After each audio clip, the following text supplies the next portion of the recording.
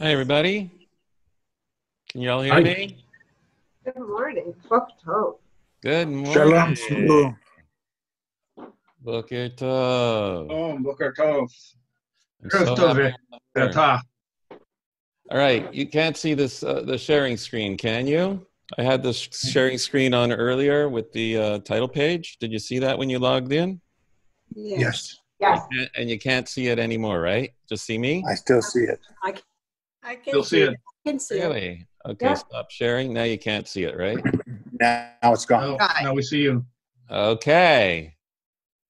Welcome. This is so amazing. I'm so excited to see all of you. This is one of the silver linings in the cloud of the Corona cloud, right? It took me a while to start doing Facebook Live videos, and now, I just taught in Toronto to my old synagogue just now. 2 hours ago, we did a session, and it was wonderful and amazing to see all of my old congregants. It was fabulous because I haven't been there in years, and in order to go and teach there, you have to get on a plane and spend thousands of dollars and fly over there. And now we just the current rabbi at the synagogue, he contacted me yesterday. So you want to give a session on Zoom to the congregation on Yom HaAtzmaut tomorrow? I said, oh, okay. Well, thank God I prepared what I was going to say to you guys. So I just gave the class. So I rehearsed. So it should be even better now than it was the first time. Okay, the other thing I want to say to you is I just want to thank you all so much for supporting us and making this possible to be here. I thought originally when I set up the company, it was going to be an olive oil company. But it seems it's a little bit more than that. And you guys have been dragging me into teaching more and more a little bit. So why not? I've been doing it for 30 years. So I'm happy to share with you guys. And I know you love and support Israel so much. And I'm living here. Actually, I put up this background. You can see that's the Kinneret, the Sea of Galilee. And it's beautiful green. I took this not too long ago, a few weeks ago. And right over here, is the Kibbutz Daganya. Those are some of the trees right there that your olive oil is made from. They're olives, right there. Wow. And the Jordan River comes out. They didn't open up the dam. They were threatening to open the dam. The Kinneret is full. But instead of opening the dam, which they have all these pumping technologies available to make sure bacteria and silt and everything doesn't contaminate the water carrier where it gets drained off down there, they opened up a channel. They dug a canal from the bottom of the Kinneret, and to meet up with the Jordan River past the pumping station. So that's what they did. Wow. But our olives are irrigated by the Jordan River because it's so close. So I just want to orient you and let you know where we are. So again, thank you very much for making this possible. And if it works and you guys like it, we'll try to arrange to do more. It's so nice to see like real live faces of all the little circles that I see on Facebook. So, all right. So I'm going to start sharing the screen because I have a lot to show you and share with you. You'll still be able to see me while I'm doing this, though. Okay, I'm going to leave time at the end for questions. Okay, so if you can mute your microphones if they aren't already, and if you have something to question, something important, you can unmute and call it out. But there's going to be time at the end for questions. Okay, everybody good? Perfect. Okay, so I just want to start. I mentioned the kibbutz. Who here is from Texas? Hands up. Anybody from Texas? We have a lot of Galilee Green people from Texas. I'm from Texas. I'm Bonnie, and I'm from Texas. All right, Bonnie. Oh, yeah, I haven't got your picture there. Okay. So Israel is teeny tiny, right? I drive across the country once a week on Wednesdays from border to border, from the eastern border to the western border. And I commute. I do it by Zoom today, but I do that every week. Teeny tiny country. So down below, you can see the kibbutz there. That's basically the whole size of the kibbutz where the people live, and there's fields. So there's a story about the kibbutznik. The guy who lives on the kibbutz, he saves up, and he goes on this big trip to America. And he sees Niagara. That's how they say Niagara Falls here, Niagara. And he goes coast to coast. There he gets down to Texas. And he runs at a restaurant. He meets this fellow. The guy says he's got a ranch. And he wants to invite the kibbutznik in for, a beer. So he says, sure. So he comes and he drives up to his ranch, gets into the gate. And he says, oh, you have a nice farm. We have a farm on the kibbutz. He says, no, this is not a farm. This is a ranch. He says, really? What's a ranch? So he says, it's really big.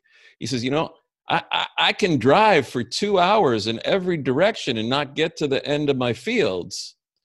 And the kibbutznik says, oi, I had a car like that once. Funny, cute. Okay.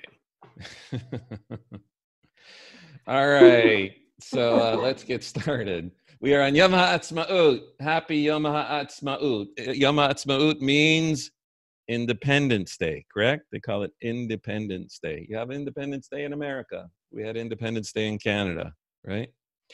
So here we are.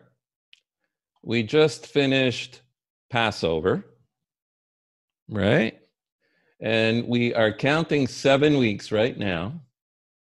There's 7 cycles of 7 days until we get to Shavuot. Shavuot is Zman Matan Heruteinu. You call that Pentecost, I think, in English. We call it Shavuot. Shavuot just means weeks.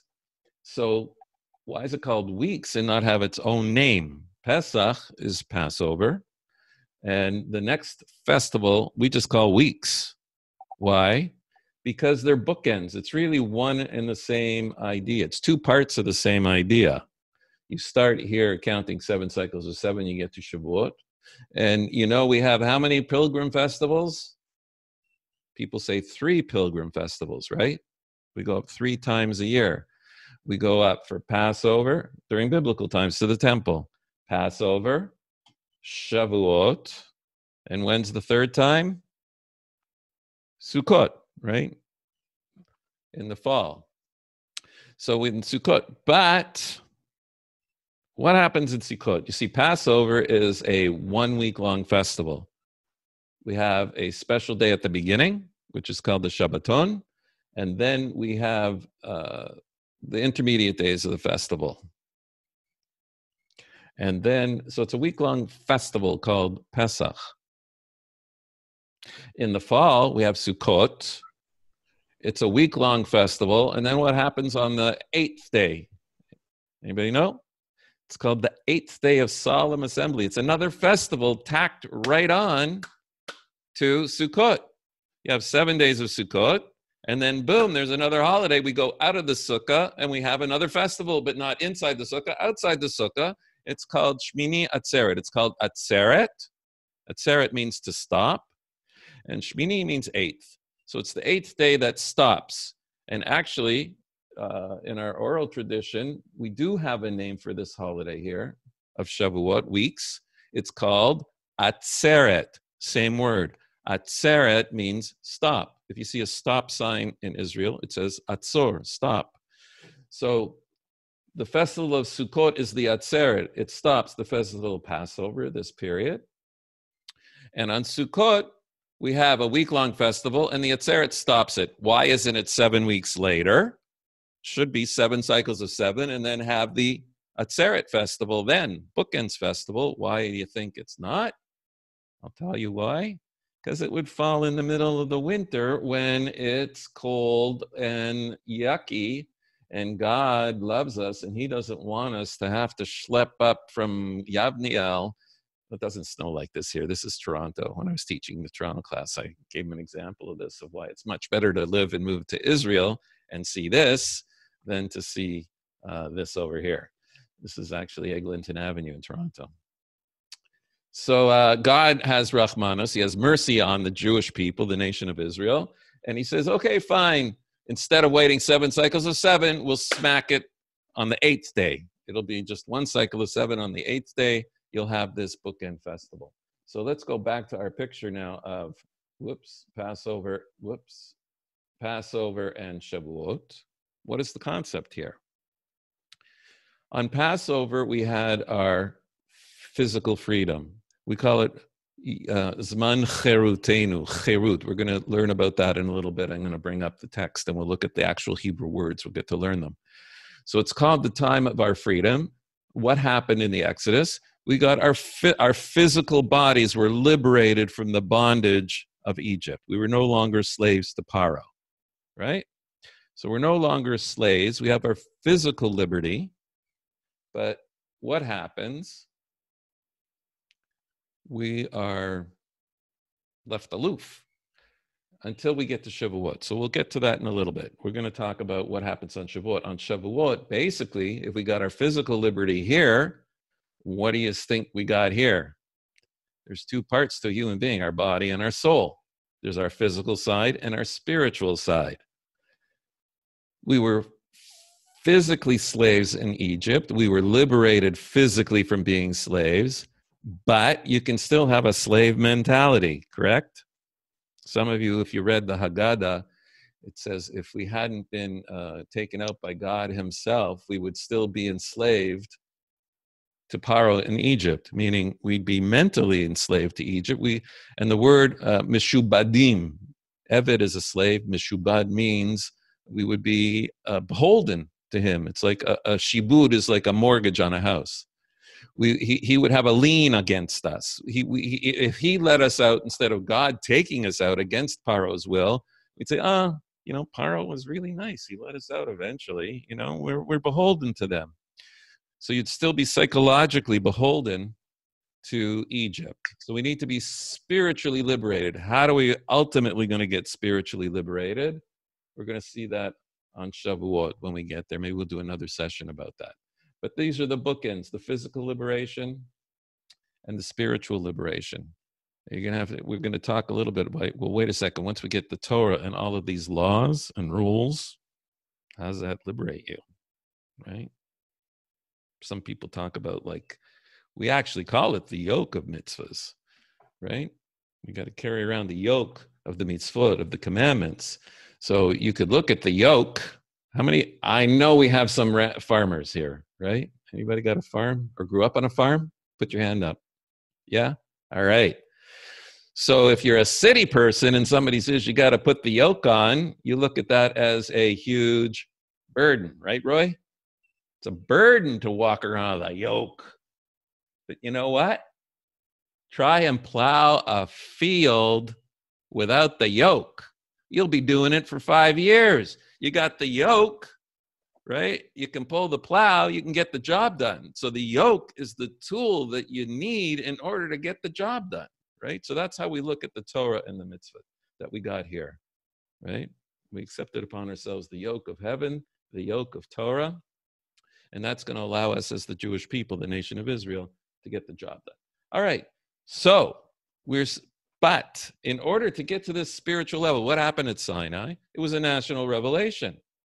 The entire nation of Israel achieved the level of prophecy where we actually saw the sounds. It was a miraculous national revelation. Every man, woman, child, elderly, young, it says, right, the old and the tough, the young ones, they all perceived, we'll talk about it a little bit later, the first of the 2 commandments. Okay, we'll get to that. What are the first of the 2 commandments? I'm the Lord your God who took you out of Egypt. We understand that and turn it into subject and verb and object. A commandment is, you have to do something to something. I have to light the Sabbath lights. So I have to know what it means to light, and I have to know what the object is, the lights. What constitutes a light? Is it olive oil with Galilee green olive oil and a wick and a flame, or is it a wax candle? What can you use? Can you use tar that's all stinky and smelly as the fuel for your Shabbat lights? It's not. It's supposed to enhance your day, not make it stink up, right? So I have to understand what it is that what's the object and what's the verb. So here, the first of the 10 commandments is, what do you think it is? Anybody? We have to turn it in Anochi Hashem. I am the Lord your God who brought you out of that land. It's a declarative statement. How do you do that declarative statement? Does anybody know what the first of the 10 commandments is then? How we see them. Most people Love the Lord your God. Most people will say to believe in God. The first of the 10 commandments is to believe in God. Actually, in Judaism and Torah, we actually articulate it a little differently. We say we have to know that there is a first being. We'll have another class one day. What's the difference between knowing something is true and believing something is true? All right, so that's the first commandment. That's what everybody got clarity on. They knew, just like I know I've got these 5 fingers here on this hand. They knew at Sinai that there was an infinite being outside of time and space that caused everything in existence to come into existence, including time, space, matter, energy, everything. Right? And they knew that. They got objective clarity on that idea. It wasn't just an act of faith or an act of belief. We can talk one day about what's the difference between faith, belief, and knowledge. Okay? That's an important differentiation we make in Judaism. The second one is Lo yeh, you shall not have any gods before me. No, meaning the message is there is no power in the world that exists independent of the infinite creator of the universe. Okay? So that's the context. That's the bookends. Okay? Now, once you understand that there's no power in the world independent of the creator,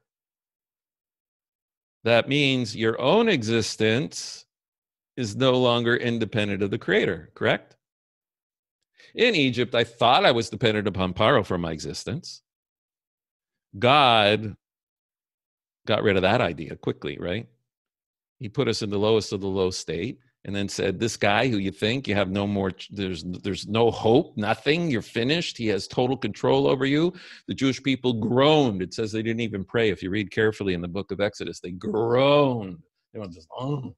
They're like, there's no hope, nowhere to go, no, nothing, we're finished. That's when God said, okay, now we're going to start, because the Jewish people have learned the lesson, right? Because they think that there's no hope. They think that they're dependent on Paro. They think that he's the superpower. They think that he's the God. And now we're going to smash him and prove he is nothing, because he can't exist independent of God. That's really the whole process of the exodus of Egypt and the whole years of slavery in Egypt. It was a national process that we went through that was promised to Abraham. When Abraham was given the covenant, the promise for the land, when God says this land will be for your children and your children's children, you know what? What did Abraham answer? What did Abraham answer? Remember? He said, B'ma'ida. So how do I know? So wait a second. This is Abraham. He's a prophet. God just talked to him and said, I'm going to do it. You know, you figured out on your own, Abraham, without having to go through Egypt. Well, he did. He went through his fiery furnace experience, didn't he, Abraham? But he came out knowing there's no power in the world independent of God, and therefore he's totally dependent upon God, and that his father, Terach, was an idol worshiper, and he said, you know what? These idols are ridiculous. He smashed them all. We have a traditional story that we talk about where Abraham smashed his father's idols. His father says, what happened? He says, oh, that big one in the middle smashed all the other ones. And his father says, what are you talking about? You know they can't do that. He says, like, do your ears hear what your mouth is saying, Dad? You're selling these idols to people who want to worship them, and you're telling me they have no power? It's ridiculous. So that's when Abraham checked out, and that's when God said, this is the guy. I need to teach the world that there's no power in the world that exists independent of God. You're my man, Abe. So he went, he said, go, I'm going to give you a place away from all these idol worshipers that have an influence on you. You're going to start fresh in this country behind me, and you're going to build a nation that's going to be the Or Goyim, that's going to teach the whole world that there's no power in the world other than God. Great. Abraham knew it. He said, how do I know 120, 150 generations from now that my descendants are going to know it? God says, oh, you want a covenant. There's an agreement and there's a covenant. The promise could change, because if the people don't fulfill the conditions, they'll lose the rights to the land. So what happens is God says, you want a covenant? What a covenant means, each side is beholden to keep the covenant even if the other side's in breach. Right? That's a brit. A brit means I got to do my part. If it's the covenant of circumcision, whether I think God's treating me nicely or not, whether I'm in the middle of the Holocaust or not, whether there's pogroms or not, whether there's missiles flying down on me or not, and I think it looks to me like maybe God's abandoned the Jewish people, I still have an obligation because I made that covenant of Abraham, right? The reverse works as well. Even if we stop observing the Torah and we get out of hand, and even if we worship idols like they did, we're going to talk about that in a second, in the northern kingdom of Israel, in the divided kingdom, and they had their golden calves, 2 of them. We're going to get sent into exile. We're going to get punished. We're going to lose our because we misused the land. The land is supposed to build the nation that's teaching the world about the infinite being, not about golden calves. Even if we get off track, the covenant of the parts that God made with Abraham means even if the Jewish people get off track, God's still going to keep his promise and bring them back and rebuild the land, rebuild. You following me? Yep. With me? Okay.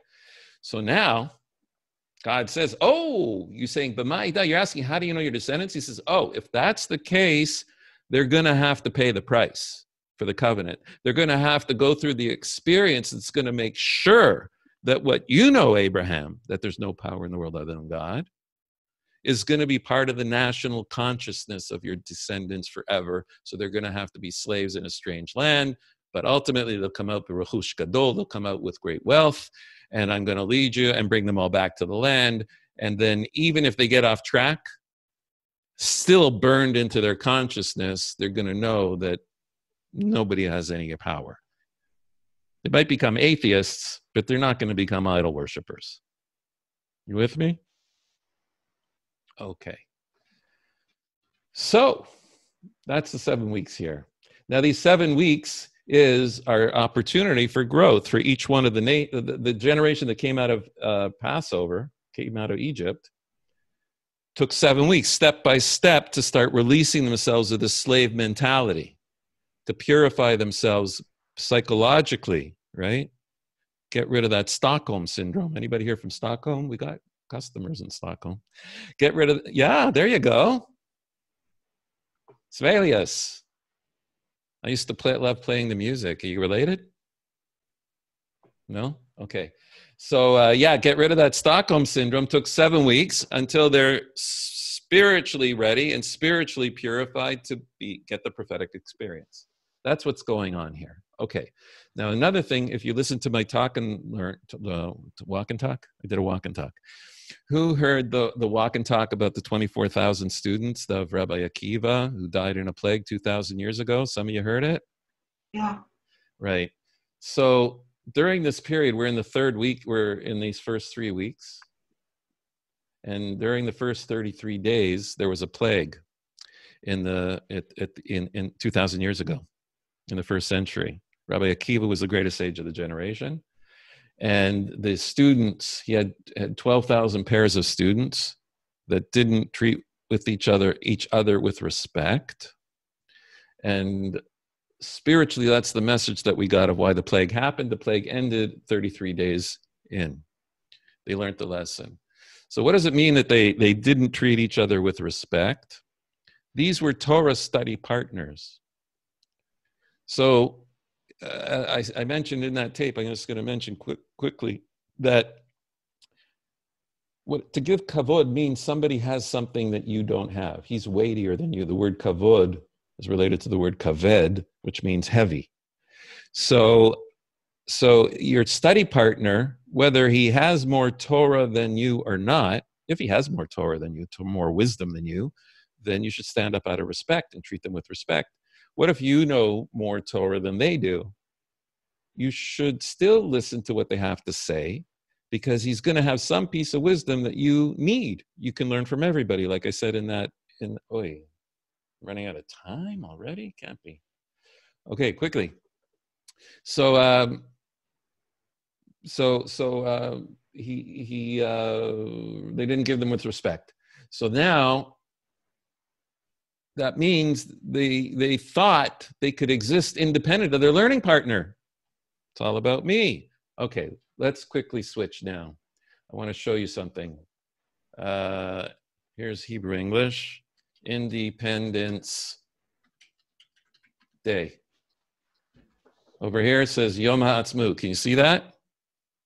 Yom HaAtzmaut in the Hebrew, independence here. Passover is called Zman Heruteinu, time of liberty, of our liberty. Zman Heruteinu. In Torah, we call the Exodus from Egypt, it wasn't independence of Paro, it was liberty. Liberty means that the person doesn't have control over me. Independence, Atzmaut, is a different word. What does independence mean? There's another word that it's related to, the shoresh, the root in Hebrew of Atzmaut is etzem. Etzem means a bone, physical. It also means the essence of something, but the word is related to atzum, which means powerful. Here's a verse in Deuteronomy, right? When the Jewish people get off track and we think we're okay and we think we don't need God. And it says, and you say to yourself, Kochi ve'otzem yadi asali et hachayil hazeh. My own power and the might of my own hand have won this wealth for me, right? Otzem, power. The concept of atzmaut, actually, here's another word related to atzmaut, is myself, atzmi. So what that means is when you say Yom HaAtzmaut, it means this is the day where I can do whatever I want. It's all about me. I don't need anything other than myself to accomplish whatever it is that I'm going to accomplish. That doesn't sound like a Jewish idea, does it? Zman Heruteinu, when we get to, there's another word, I don't have time to show you on the chart here, but charut means engraved. The tablets were engraved with the law, the 10 Commandments. They were charutim. Charut means engraved in stone, right? So Passover, we went from being liberated physically to being charutim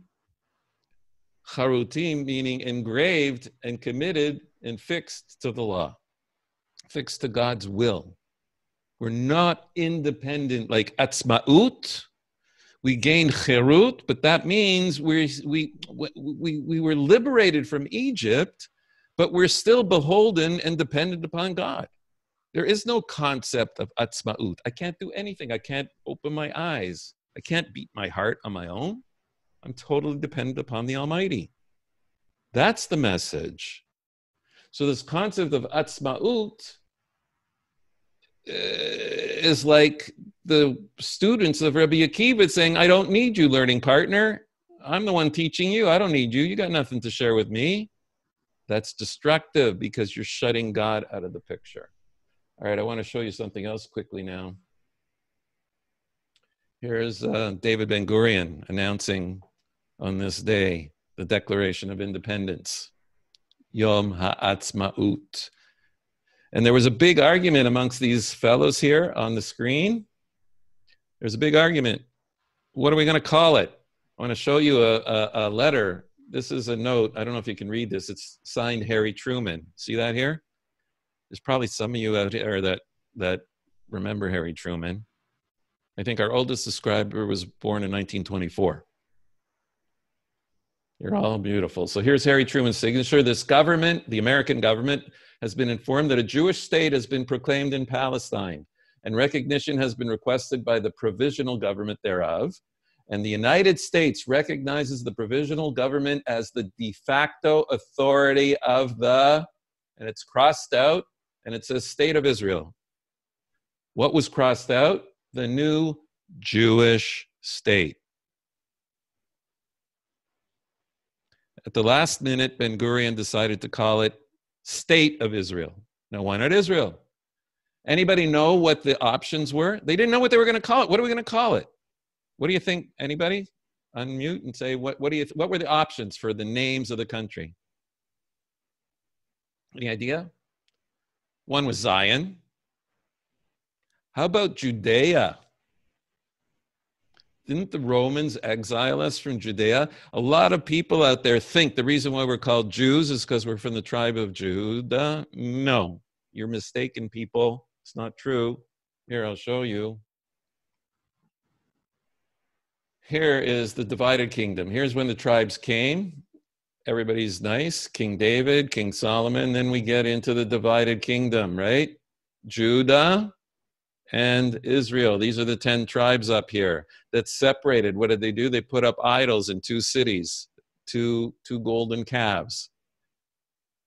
There's powers in addition to God. They believed in God, but they had some golden calves also. Hey, on the little sideboard. Why not? What happened? They got exiled by the Assyrians. Here we still had the temple in Jerusalem. They were observant of the law. Everything stayed okay for a while until we got off track, even in Yehuda. But there were 2 tribes here, Binyamin and Judah. It was called Judea because it was the biggest tribal area, but it was a geographic political entity called Judea. When we were exiled to Persia, who's the first one called a Yehudi, a Jew? Mordechai from the book of Esther. Ish Yehudi. You know what tribe he was from? Not Judah. He says Ish Yemini is from Binyamin. So there were at least Binyamin and Yehuda. And tribes could marry with each other. Are you trying to tell me when the Assyrians, when Sennacherib came and exiled all these people, there were no brother-in-laws or sister-in-laws that happened to be visiting people in Beersheba, their brothers and sisters-in-law? And that they were from Ephraim and from Naphtali. And of course there were. They were all tribes. When I get called up to the Torah on Shabbat or on a weekday, right, there's preferences given to the Aliyahs. The first preference is to a Kohen, which is a subset of the Levites, right? People remember who they were Kohens. Then somebody from the tribe of the Levites, because they did work in the temple, so we give them honor. They go up second.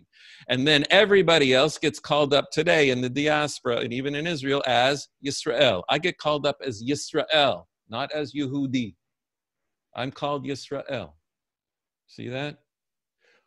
When I've been teaching 30 years, whenever I teach and I read and I talk about Am Yisrael, or B'nai Yisrael, meaning the nation of Israel or the children of Israel, I always translate it as the Jewish people. I say, Am Yisrael, the Jewish people. B'nai Yisrael, the Jewish people. Why do I do that? You know why I do that? Because in Persia and in Germany, they all called us Judeans, Jude. That's what my father had on his armband, on the yellow star. It said Yud. Why? Because we're Judeans. I'm Canadian. Because I came from the geographic political entity of Canada. If you came from Judea, that means you are a Jew, but it doesn't talk about your tribal affiliation, just like I call myself Canadian. It doesn't say anything about my religion, right? You with me? Okay. So they were going to call it Judea. Everybody thought it was going to be called Judea. They've been talking about a Jewish state. Harry Truman thought it was going to be called Judea. Why didn't Ben Gurion call it? Oh, less than 1 minute, people. What am I going to do? I don't know what I'm going to do. All right, we'll set up another class to continue. But why didn't they call it Judea? Because who were the people that set up the state?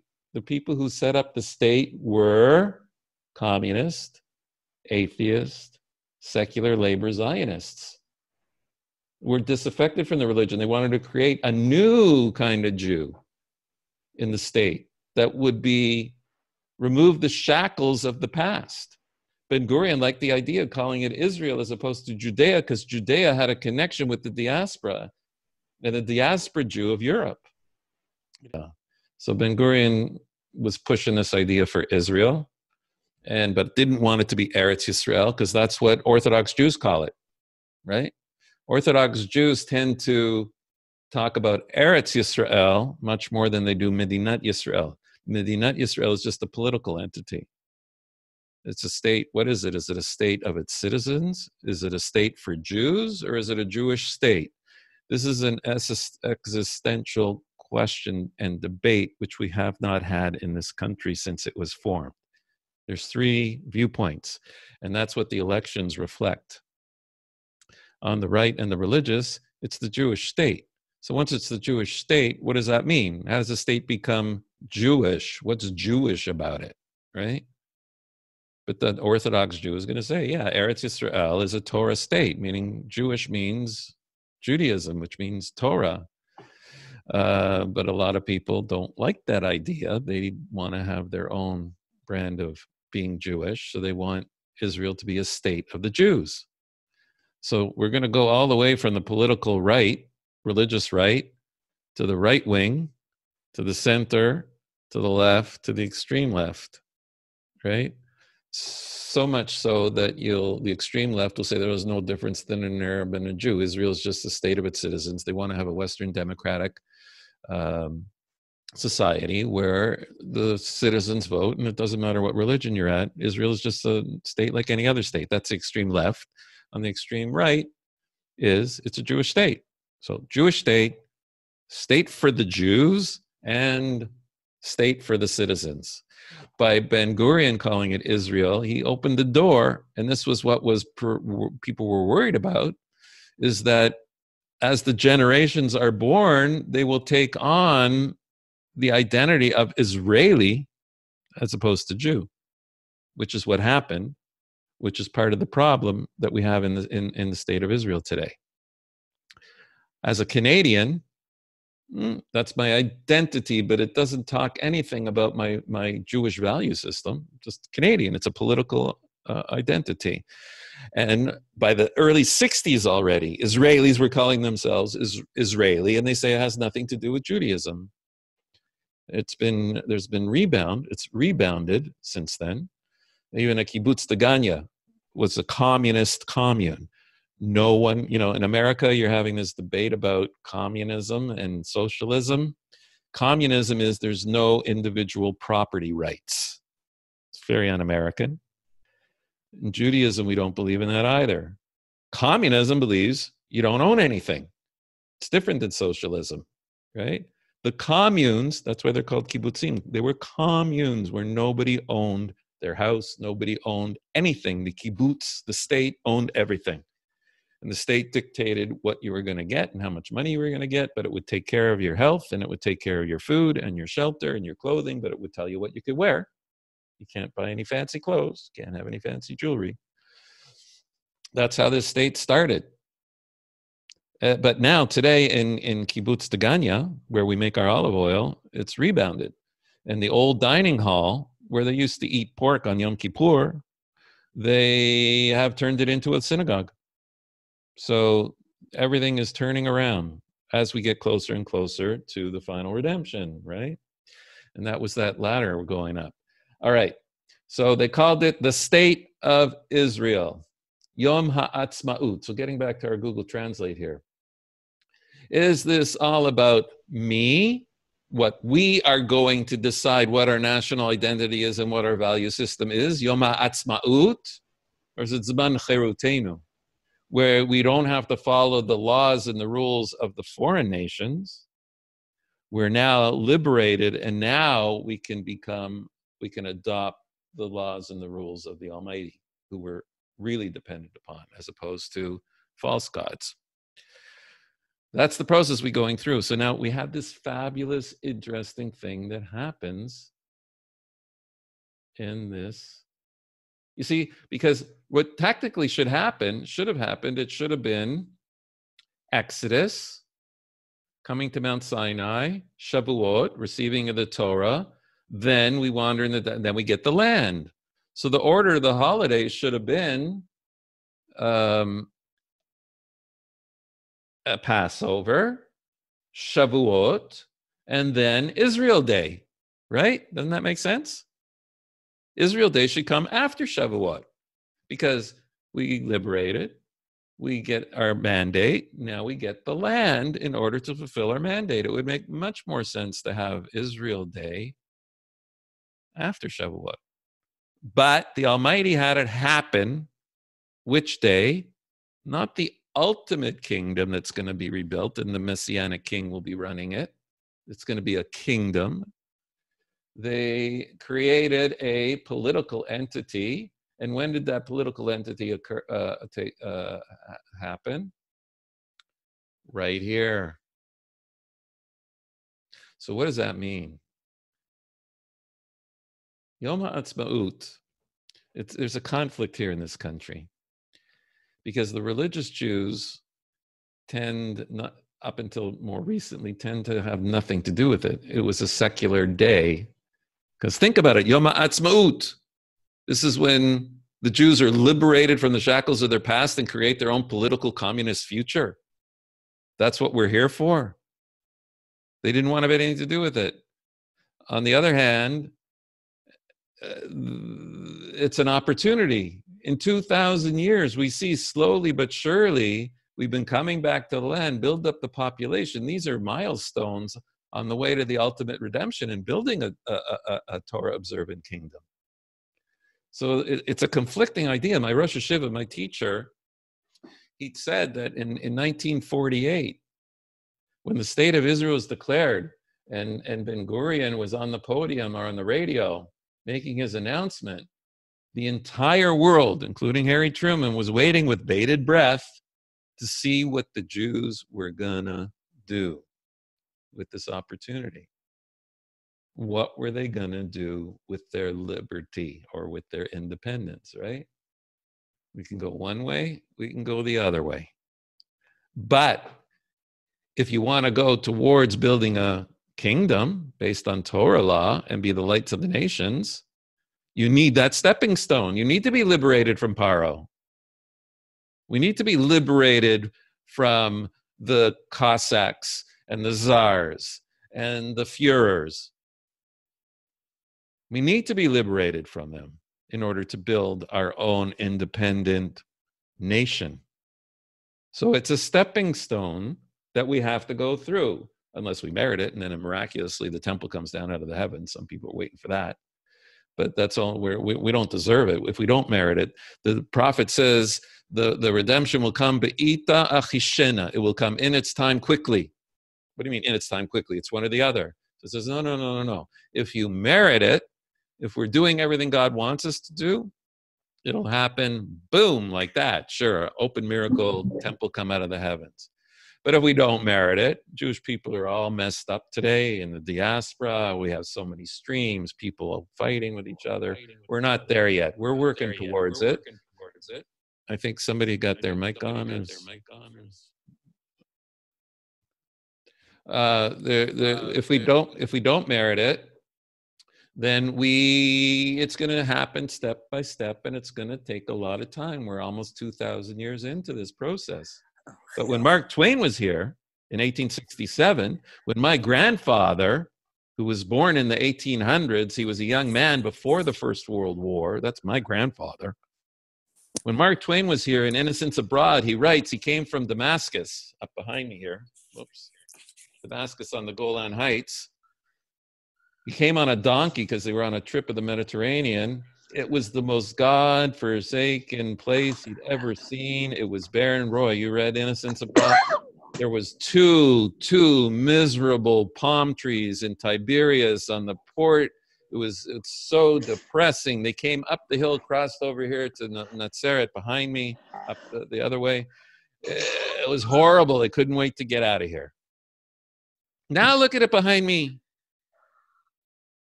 Can you imagine my grandfather in Wierzbnik, Poland, in a shtetl, praying from the same prayer book that I'm praying from, that Rebbe Akiva's students were praying from the same prayers. We say the same prayers every day.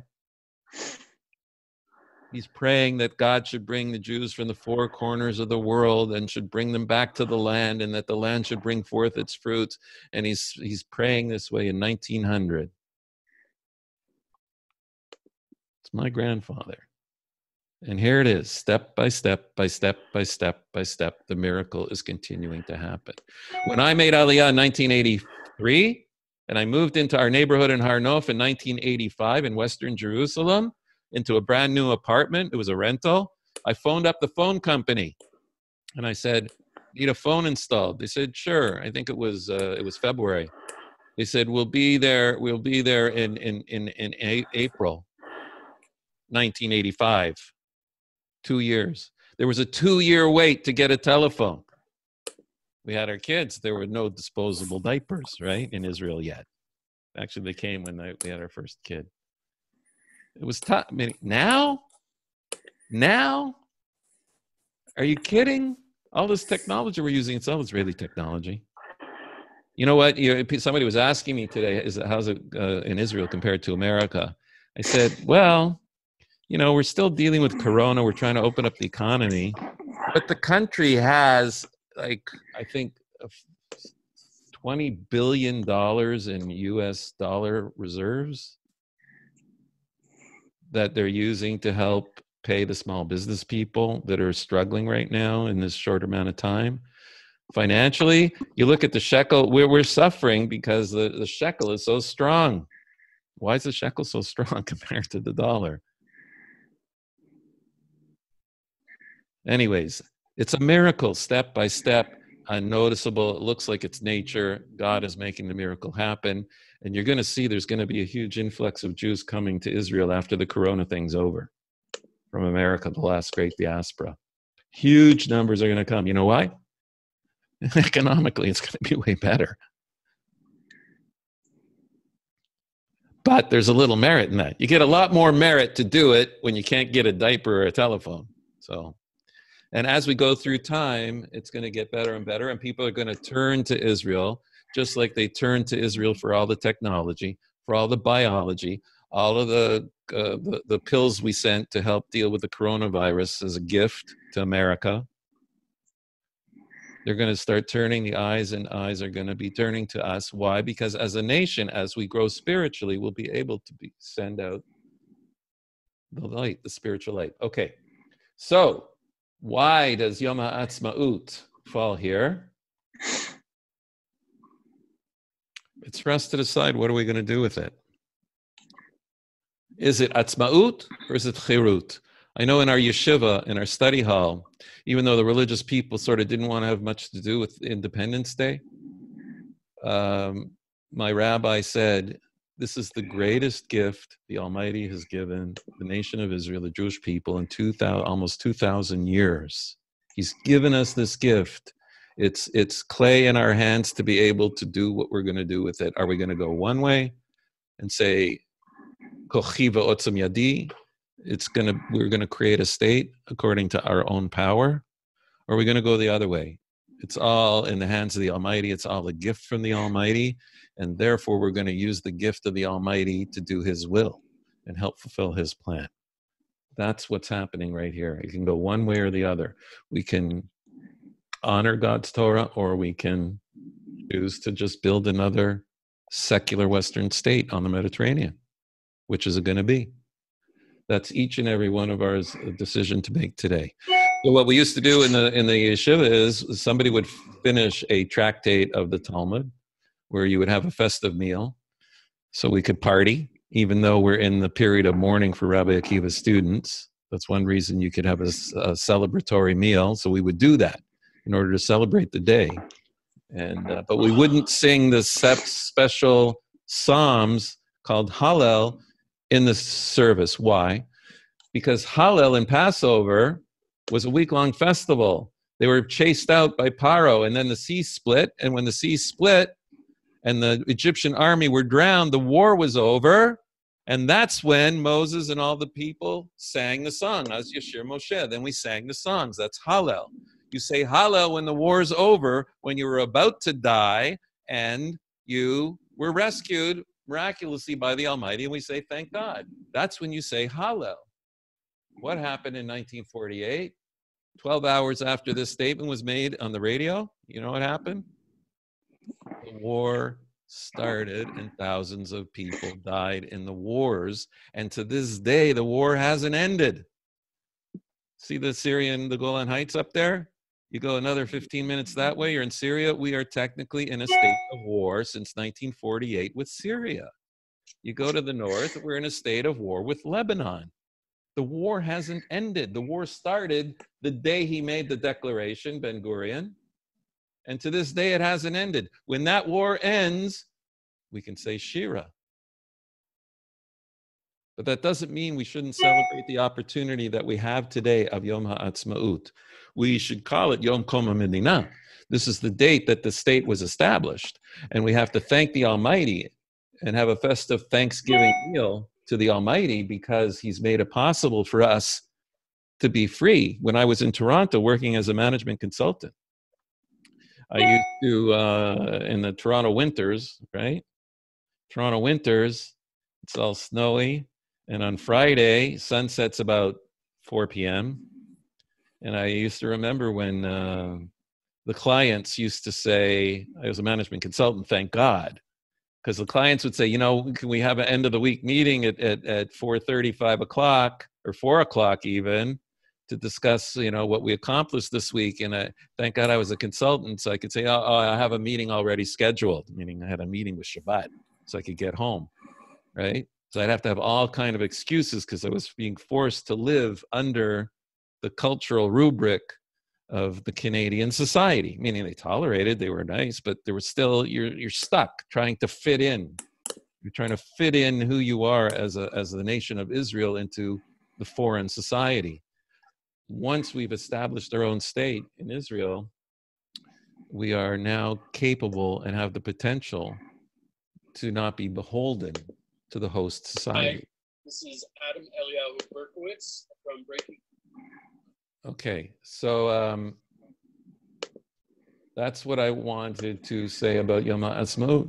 This is a tremendous opportunity, and every year it's a turning point. And this also explains to you the elections and the difficulty in forming a government in this country, because each one of the parties and the factions have their own essential worldview of what this state is.